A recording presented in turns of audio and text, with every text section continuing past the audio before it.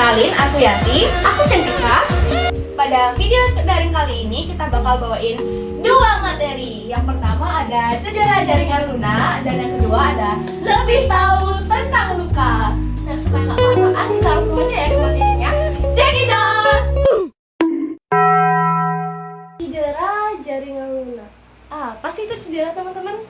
Cedera adalah pendarahan terjadi akibat rusaknya dinding-dinding pembuluh darah akibat benturan, trauma, atau penyakit. Nah, pendarahan itu dibedakan menjadi dua nih teman-teman. Pendarahan luar atau terbuka, pendarahan dalam atau tertutup. Nah, yang pertama itu adalah pendarahan luar. Pendarahan luar adalah kerusakan dinding pembuluh darah yang memungkinkan darah keluar dari tubuh. Nah, pembuluh darah ini dibedakan menjadi tiga nih teman-teman. Nah, yang pertama itu adalah pembuluh darah arteri, yang dimana darah yang keluar menyembur yang ditandai dengan warna merah terang. Yang kedua adalah pendarahan vena. Pendarahan vena adalah darah yang keluar mengalir yang ditandai dengan warna merah gelap. Nah, yang ketiga itu adalah pendarahan kapiler, yang dimana darah yang keluar merembes yang ditandai dengan warna merah terang atau gelap. Adapun pengendalian cedera jaringan lunak. Nah, yang pertama itu tekan luka dengan jari atau telapak tangan. Pastikan menggunakan sarung tangan ya teman-teman. Yang kedua, tinggikan anggota tubuh yang cedera lebih tinggi dari jantung untuk menghindari kehilangan darah lebih banyak. Yang ketiga, tekan pada titik tekan arteri bronchiolis, arteri di lengan atas. Yang kedua itu arteri radialis yang berada di pergelangan tangan. Yang ketiga itu adalah arteri femoralis, arteri di lipatan paha. Nah, ada pun penanganannya teman-teman. Yang pertama, pakai APD. Yang kedua, jangan menyentuh mulut, hidung, mata saat perawatan. Yang ketiga, cuci tangan setelah memberi perawatan. Yang keempat, buang bahan yang ternoda dengan baik. Yang kedua itu adalah pendarahan dalam atau tertutup. Gimana sih cara menangani pendarahan dalam atau tertutup? Yang pertama itu adalah baringkan pasien. Yang kedua itu adalah periksa dan pertahankan air breath circulation atau ABC. Yang ketiga itu adalah periksa pernafasan dan nadi secara bertahap. Yang keempat itu adalah rawat sebagai shock. Apa sih itu shock? Nah, shock itu merupakan kondisi di mana beberapa sel atau organ vital di dalam tubuh tidak cukup mendapatkan aliran darah yang mengandung oksigen dan bahan nutrisi. Nah, cara kelima itu adalah jangan diberi makan atau minum. Cara yang keenam, segera bawa ke fasilitas terdekat. Kenapa sih bisa terjadinya shock? Shock bisa terjadi karena yang pertama, kegagalan memompa jantung. Yang kedua, terjadi karena kehilangan darah dalam jumlah yang besar. Yang ketiga adalah pelebaran pembuluh darah yang luas atau dilasi. Selanjutnya ada tanda-tanda shock. Tanda-tanda shock bisa disertai dengan yang pertama, nadi cepat dan lemah. Yang kedua ada nafas cepat dan dangkal. Yang ketiga adalah kulit pucat dan dingin. Lalu yang keempat adalah wajah pucat dan kebiruan atau cyanosis. Yang kelima ada pandangan hampa dan pupil melebar.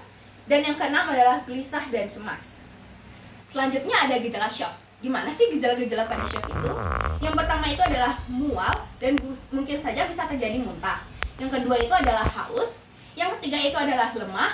Yang keempat itu adalah pusing. Yang kelima itu adalah tidak nyaman. Lalu gimana sih cara menanganinya? Yang pertama itu adalah membawa penderita ke tempat yang teduh. Yang kedua itu penderita ditidurkan secara telentang. Yang ketiga itu tinggikan tunghai. Yang keempat adalah longgarkan pakaian penderita. Yang kelima adalah selimuti agar tidak kehilangan panas dalam tubuh. Yang keenam adalah jaga agar jalan nafas tetap baik. Yang ketujuh adalah kontrol pendarahan dan rawat apabila cedera. Yang ke-8 adalah jangan diberikan makan ataupun minuman. Yang ke-9 adalah periksa tanda vital secara berkala. Yang ke-10 adalah rujuk ke fasilitas kesehatan terdekat. Pasti sudah tidak asing dengan kata luka, dan sebagian dari teman-teman pasti sudah pernah itu namanya terluka. Tapi teman-teman tahu nggak sih apa itu arti dari luka? Luka sendiri memiliki arti rusaknya jaringan lunak di dalam tubuh maupun di luar tubuh. Nah, luka paling jelas itu terjadi pada kulit teman-teman. Luka itu dikelompokkan menjadi dua, yaitu luka terbuka dan luka tertutup. Nah, luka pertama itu adalah luka terbuka. Umumnya kerusakan jaringan lunak ini darah keluar dari pembuluh darah sehingga terjadinya pendarahan. Lalu luka terbuka dan terjadi bila kulit rusak dan terlihat darah. Contohnya seperti Yang pertama adalah luka lecet, yang kedua luka sayat, yang ketiga adalah luka robek, yang keempat adalah luka tusuk, yang kelima ada luka sobek, dan yang keenam ada amputasi. Yang kedua adalah luka tertutup. Luka tertutup itu bila darah tidak terlihat ya teman-teman. Contohnya itu ada memar, benjol, lalu remuk. Mengapa perlu menggunakan penutupan luka teman-teman? Nah, bila terjadi luka berdarah, sebaiknya dibersihkan dengan antiseptik lalu luka tersebut ditutup. Penutupan luka ini penting karena mempunyai fungsi sebagai berikut. Yang pertama itu adalah membantu menghentikan pendarahan. Yang kedua itu adalah mencegah kuman masuk ke dalam luka kita. Lalu apa saja sih yang bisa digunakan untuk menutup luka? Yang pertama itu adalah kasa steril.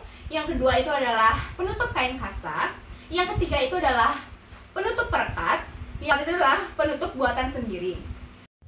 Nah, agar penutup luka tidak terlepas dari tempatnya, maka gunakan pembalut luka untuk menahannya. Kegunaan pembalut luka itu sendiri untuk membantu menghentikan pendarahan. Adapun fungsi pembalut luka nih teman-teman, yang pertama itu adalah penekan untuk menghentikan pendarahan, yang kedua itu adalah untuk mempertahankan penutup luka pada tempatnya, yang ketiga adalah menjadi penopang bagian tubuh yang cedera. Nah, ada beberapa contoh pembalut luka nih teman-teman. Yang pertama itu adalah pembalut gulung atau perban, yang kedua adalah pembalut segitiga atau mitela, yang ketiga ada pembalut rekat atau plester. Nah, adapun pedoman dalam menutup dan membalut luka. Yang pertama itu adalah penutupan luka. Nah, pastikan penutupan luka ini harus meliputi seluruh permukaan luka. Yang kedua itu adalah bersihkan luka sebelum ditutup. Nah, yang kedua itu adalah pembalutan luka. Nah, jangan membalut luka terlalu kencang dan terlalu longgar. Yang kedua itu adalah jangan biarkan ujung sisa pembalut terurai. Yang ketiga itu adalah khusus pada anggota gerak pembalutan dilakukan dari bawah ke atas ke arah jantung. Yang keempat itu adalah lakukan pembalutan dalam posisi yang diinginkan. Nah, apa yang seharusnya dilakukan saat kita atau teman kita itu terluka? Nah, sebelum melakukan penanganan, kita pastikan dulu nih teman-teman jenis lukanya itu tertutup atau terbuka. Nah, jika luka itu tertutup, penanganan yang dilakukan adalah yang pertama, pastikan daerah luka yang terlihat. Yang kedua, bersihkan daerah terlihat di sekitar luka. Yang ketiga itu adalah cegah terjadinya infeksi. Yang keempat adalah lakukan penutupan luka dan pembalutan.